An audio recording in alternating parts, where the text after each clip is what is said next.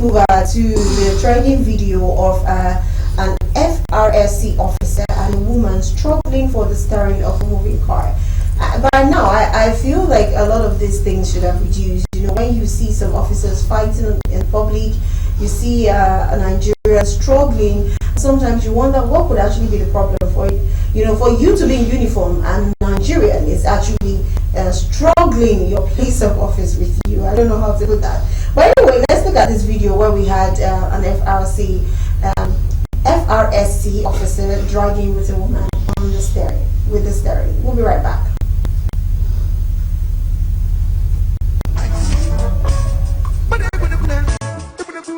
I shall not kill.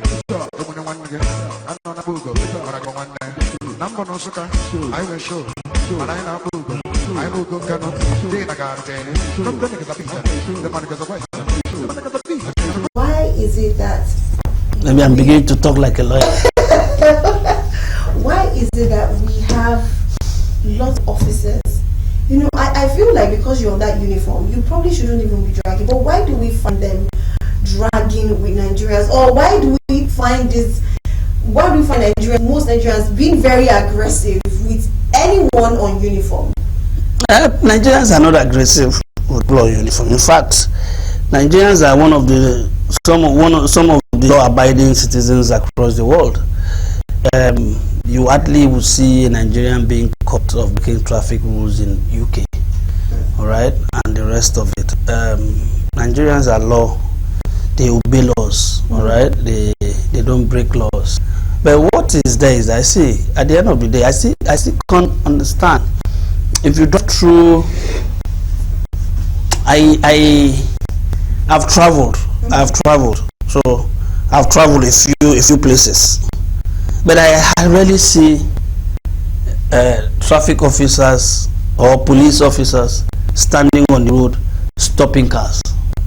I mean, the least you could see, you see a sheriff or a police officer on that road driving his car. If you find out that you are overspeeding, yeah, or you have you have run foul of the law by doing one thing or the other, what you will just do, you will flag you down. Yeah. Take your ID card. It's not to arrest you. Take your ID card. Check your details out, and perhaps ticket you. Of course, yes. All right, and you go your way. Here in Lagos, I remember Nigerians cannot hear that government are spending so much money in providing infrastructure like camera CCTV across Lagos, where you are captured when you beat the traffic lights, yes, when you get to that square, that yellow square, and when to stand, you still have physical officers coming to harass you. Now, that means they're not supposed to harass. That's what I'm saying. If you have these things, all right, so why are your officers on the road being tire busters to stop you? Early this year, I didn't quite renew my license. Late December, I didn't quite. I renew my license every September. Every December 17. So I didn't do my license. So I drove my car out, and in the morning, I got a text from my phone that my insurance, my driver's license, no, not my insurance, my car license, and my road body are expired. So I was fined 20,000 each. All right. So and now I said, okay, let me go and register it. Let me go and do it. And now I went to the road safety office to fix it. They said they cannot do it until I pay the fine. So I paid. So as soon as I did that, I was coming back. I saw VIO flag me down. I said, why are you flagging me down? He said, we want to check this. I said, no. If I don't have it, your camera will pick me. So I just did it. I didn't. Obviously, maybe if you're the one arresting, I will not have paid that much. Yeah. Right? But I was the system is automated, so you don't need to be here causing gridlock, causing traffic, dragging the steering with motorists. That it doesn't. You don't do all of this. So I don't know why government still beat me. Why government would put so much money into this infrastructure and still release these people to be on the road, as if I keep asking myself. You see, Okwaba Road, I saw one close to Abattoir, that's police people. I saw another one close to Corn Oil, the same place. The people, and I asked them, what is the problem? In between, there is a VIO. And I said, and you see traffic this morning, I mean, on slow speed. Why are we doing that when government has already spent our taxpayers' money and put this infrastructure in place and save you people problem? Yeah. Why don't you? We are complaining that in Zamfara, in Borno, we don't have enough officers to combat bandits. Why are you not guys not going there?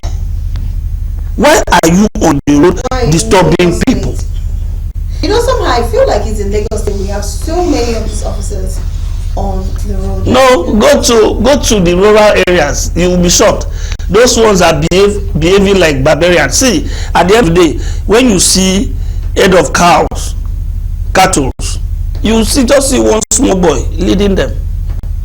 But that means the cattle are even better than us, the human being. Well, when you see these people, you see police officers, this was stopping you with guns.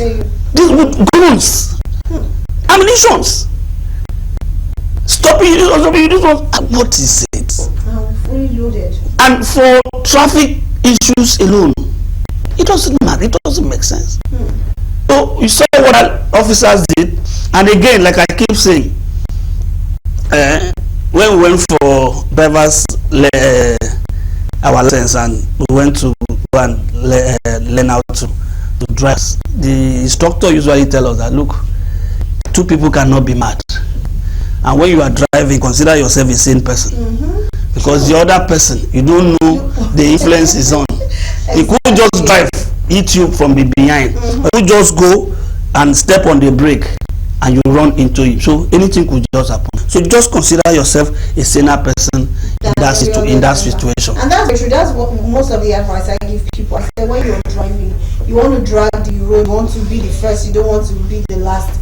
I say sometimes you just have to consider that you're the best on the road right now. Every other person is probably, just angry, frustrated or anything, but you just be the best you can. I just want to say this to every officer. I think it's high time that just like what Chief Gordy said, we don't have to be on the streets at every bus stop causing gridlock, traffic and all of that when it is not necessary. I'm saying this because I've encountered a lot that sometimes you see unnecessary traffic and you'll be wondering what's happening. You see some men in uniform, either the police, VIO, however it is, they are there probably talking, doing their job or doing any other thing, which of course is their business. But I think it's very nice if they can do it accordingly. Sometimes I would even subscribe that you hack the motorists to one side and allow others to go through and not stand in the middle of the road causing gridlock. In fact, the way a lot of Nigerians respond to you people when they move, what they say about you guys is not something I'm sure you don't want to hear yourself. So I think it's better once you are an officer, like that video, that is quite embarrassing for someone in uniform. Do you even think it's right for an officer to take your like they want to arrest you for maybe, I don't know, whatever offense, to take your car and like enter your car and drive your car to the station? Is that actually proper? It shouldn't be. It shouldn't be a standard. I mean, I have had a encounter with what is it called? I've had a encounter with LASMA on Lagos Island.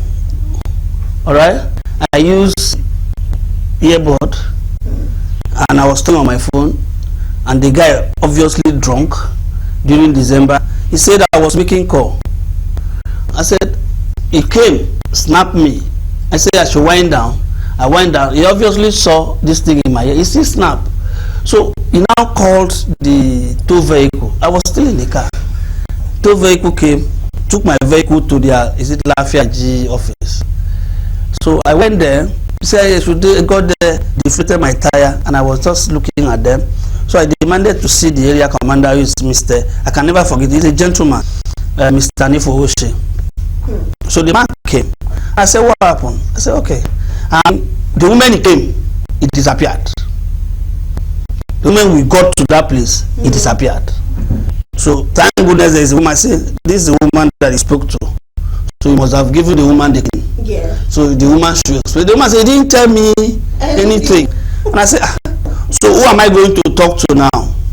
So I came out and he said, okay, sir. He said I was making call and he snapped me that I want him to bring that picture that he took. And he said, and obviously my car is tint, so he couldn't have snapped me on when he said I should wind down. So I couldn't have been making call, say wind down for him. So when eventually the guy surfaced and showed the picture, he found out that this guy is wearing.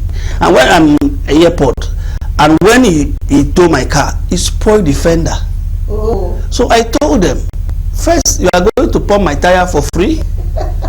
Two, secondly, you are going to fix it. Or we'll go to court. I took his name and everything. I think that year I came here on this thing and I called him out. I took his name. They bought it for me, pumped my tire, and Mr. Nifo Oshe, I can never forget your name. You are a gentleman. You offer apology to me, and I took my car away. And he shared his number. I still have his number. So I'm saying this on national TV. He's a good man. He made them to buy that fender for me. That's a good one. That's a good officer. So that means not, in fact, we all know that it's not all the officers that are the same. We have the gentle one, we have the good one. Like that one, in fact, like you said, he was drunk. So for him to have disappeared, he knew he had nothing against you. But anyway, we cannot take any more. We're supposed to take one other topic, but we can't take any more because our time is already far spent. Femi Chacha could not make it. Hopefully, I hope you're not still stuck in traffic. If you're stuck, please just come down, find your way back home because the program is done. Thank you, Chief Goddy, for coming. Thank you so much. It was fun. Yes, it's nice. I hope you enjoyed it. This is a second consecutive Monday that I'm the only one here. Yes, you enjoyed yourself. Tested everything. Because I know if Femi was there, Femi would have, given. No. Femi used to support the government, but we have made him to realize that supporting your government is not patriotism. All right. Asking your government to do the right thing is actually patriotism. Yeah, very true.